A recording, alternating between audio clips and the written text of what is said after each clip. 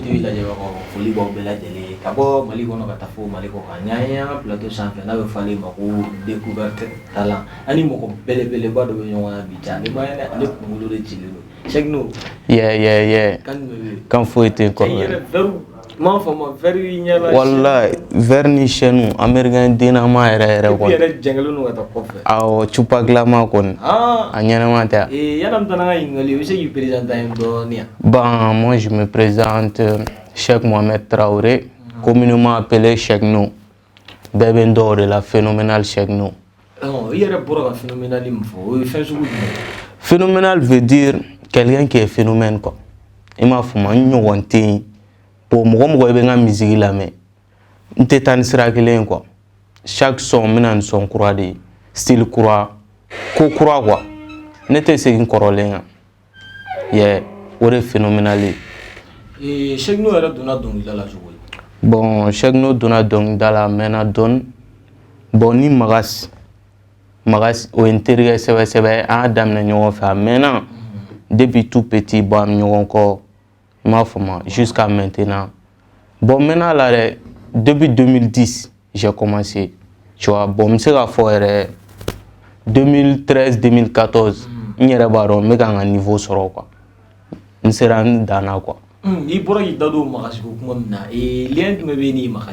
Bon, Magas, c'est un frère, c'est mon idole, c'est ma star. Il est tout pour moi quoi. Allez donner de ma musique là, depuis qu'on phobie. Bon, il y a folie le big up à toi. Magas le boss. Magas le boss. Et il y a arabu jar sugu numérique. Bon, Cheikh Nou arabu jar sugu beke. Nya fi tout. On est artiste tout terroné. Ma fuma. Ameta mondi bere kono pour que ga dongli na suwa be créer pour que nga fanum se ga don afa nyokonte quoi. Ore ne Cheikh Nou ga fait idée. Et mais est-ce que son obi bulumi de la musique? Ouais, son badé men bolo mun basique ban m'se ga fo RB en chigoleno bon son est basique et puis encore phénoménal boom zinzin son chama badé munu tarare pour avoir RB en chigoleno m'se ga aller a capella fitin ka o se ga bomana sili yere de ma aw en chigoleno RB en chigoleno kan fa tente en chigoleno Herbe an shigoleno kafa tente o irite manegezi ante mimi olote manegezi ante mimi an shigolendo herbe an shigolendo kafa tente super o ya le refrain quoi mais il faut irite o te mimi c'est iri fana be mi iri koroge yiri be mi anyena ma wa sugu be o yiri sugu mere pa yiri minu turu no wa yiri sugu mere ko bon yiri abe turu de o ala ka yiri yere de do wa be fale ma fuma donc ta yiri tie sa tasuma mero lo go mia ni a fam ya chogo mo kelen do koroge ani go lo fere lo me do fa sugu me ga me lo sugu me ma ni go lo ka chai wa ma ye o fene tien lobe mais gang so de vinse ga ne fam quoi o me aminu te gang chai do il se ga ma fere se ga fam to a bollo koni bébé lodo femi o koni o jima feni jima fen donc na fam ça e lo ta e yiri ta ima o yiri foite o lo foite super yeah ni alim sirima bana e clayo ta yo fin expliquer ne mo ite fa ko là faut pas foiste ko yo expliquer mais idée na ni la bon so idée na na kaneto moto bolle la mais circulation à ta dugu kono si ainsi nana kungolo la me ka to ka dong dan kungolo kono RB bon après clara fo an chigolenu RB an chigolenu bon en ce temps nga tianga clane ko ya den a bere me ko foi ko mangita na tu vois bon nyaage soin quoi super inspiration nana tin oh yere do inspiration nega inspiration me bon Cheikh Nou inspiration bo fambe dans les sigle plateau nga sans ima Cheikh Nou inspiration bo fambe nyege ngono gitron sanfé gerena fambe mais nyege ngono ki sigle to fe k'i sigilen to cabinet da la i bɛ flow duman ye i ni jinɛw yɛrɛ de bɛ baro kɛ mamɛ. Donc i ni jinɛw yɛrɛ. I ni jinɛw yɛrɛ. ɲɛgɛn kɔnɔ jinɛw bɛna flow dagabana d'i ma. c'est ne ka inspiration bɔ fan bɛɛ de o dɔrɔn. Mais e yɛrɛ ɲɛ b'i yɛrɛ la cogo di san 10 ɲinan kɔ? Ba san 10 ɲinan kɔ n'Ala ma faga n'Ala ma basi foyi k'an na ban san 10 ɲinan kɔ ne kɔni ɲɛ bɛ n yɛrɛ la fo sommet de la quoi parce que ne yɛrɛ b'a dɔn dusu min bɛ ne kɔnɔ n tɛna dan yan quoi n bɛ ka n cɛsiri de pour que n bɛ se ka sanfɛla in sɔrɔ sanfɛla in ye jumɛn kɔrɔkɛ ninnu ma se ka se yɔrɔ min ne bɛ tɛmɛ u la de o de ye ne ka idée. Ala ka nɔgɔya. Amina rabi. Mais est-ce que i delila ka clip dɔ kɛ? Ba n ye clip 2 kɛ Ghetto la o ye n ka clip fɔlɔ ye o ni Phénoménal Boom o ye clip 2nan ye. Ghetto la mais i bɛ se k'i da don ale la ka dɔɔni expliquer an ye o la? Bon Ghetto la o son in n kumana ghetto kɔnɔna de kan quoi. Ghetto la n'i bɛ ghetto la balimaya bɛ yen sinjiya bɛ yen bɔ k'i to so kɛman b'i minɛ mɔgɔ t'i kɔrɔ min bɛ baro kɛ min bɛ nisɔndiya baroninw kɛ mais n'i sera gɛrɛn na n'i sera ghetto kɔnɔ aw bɛɛ ye kelen a bɛ yɛlɛ ko baro kɛ tout quoi. Ghetto la a bɛ n'a fɔ an ka ghetto kɔnɔna de n y'o fasa de da quoi. Donc i y'a ka ghetto kɔnɔna de fasa da. Yeah. Mais est-ce que album dɔ b'i bolo ou mixtape dɔ labɛnnen b'i bolo?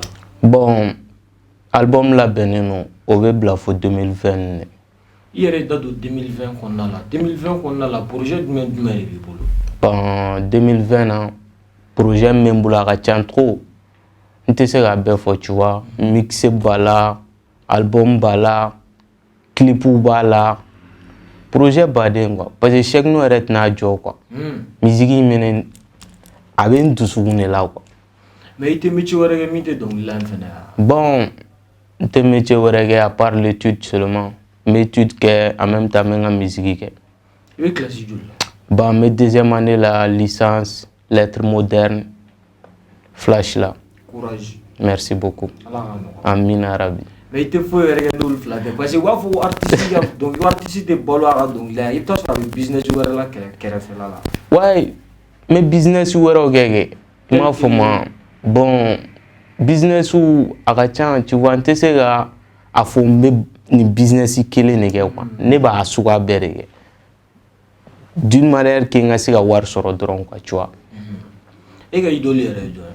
Ba ne ka idole yɛrɛ o ye Magas de ye. Donc Magas de y'i ka idole ye? Awɔ. A ka di e ka k'ale de ɲɔgɔnna ye? Ka tɛmɛ a la yɛrɛ. Ka tɛmɛ a la ka gɛn fo ka tɛmɛ a la. Mais est-ce que i n'a delila ka featuring dɔ kɛ ɲɔgɔn fɛ? Ouais an ye featuring baden kɛ featuring 4 comme ça ou bien 3. An y'o kɛ. A y'o kɛ ɲɔgɔn fɛ. Awɔ. Mais lien sugu jumɛn bɛ e ni rappeur tɔw cɛ? Bon lien min ni rappeur tɔw cɛ teriya tu vois u bɛɛ bɛ n dɔn n b'u dɔn an baro kɛ tu vois seulement o lien de b'an cɛ quoi. Lien de b'aw cɛ. I yɛrɛ i sanunen don montre a bɛ montre ye sanu ye chaîne. Yeah. Cɛ yɛrɛ i mari ma yɛrɛ. Non a tɛ kɛ Phénoménal Cheick No la. N'i y'a ɲini dɔrɔn i b'a sɔrɔ. Donc n'i y'a ɲini dɔrɔn i b'a sɔrɔ. C'est. Yeah. I b'o tɛ yan? Yeah. Cɛ mais i furulen don dɛ? Non furulen tɛ. Non furulen tɛ. Mais den kelen kan ka sɔrɔ i bolo? Non den tɛ yen nɔ. Hali origine tɛ yen? Foyi. Ala ka masa. Foyi. Wala. Funɛgɛni de sigilen filɛ i kɔrɔ. Funɛgɛni de sigilen filɛ. Awɔ. E b'o tɛ yan? Ne b'o tɛ. Mais est-ce que i delila ka concert dɔw kɛ fɔlɔ?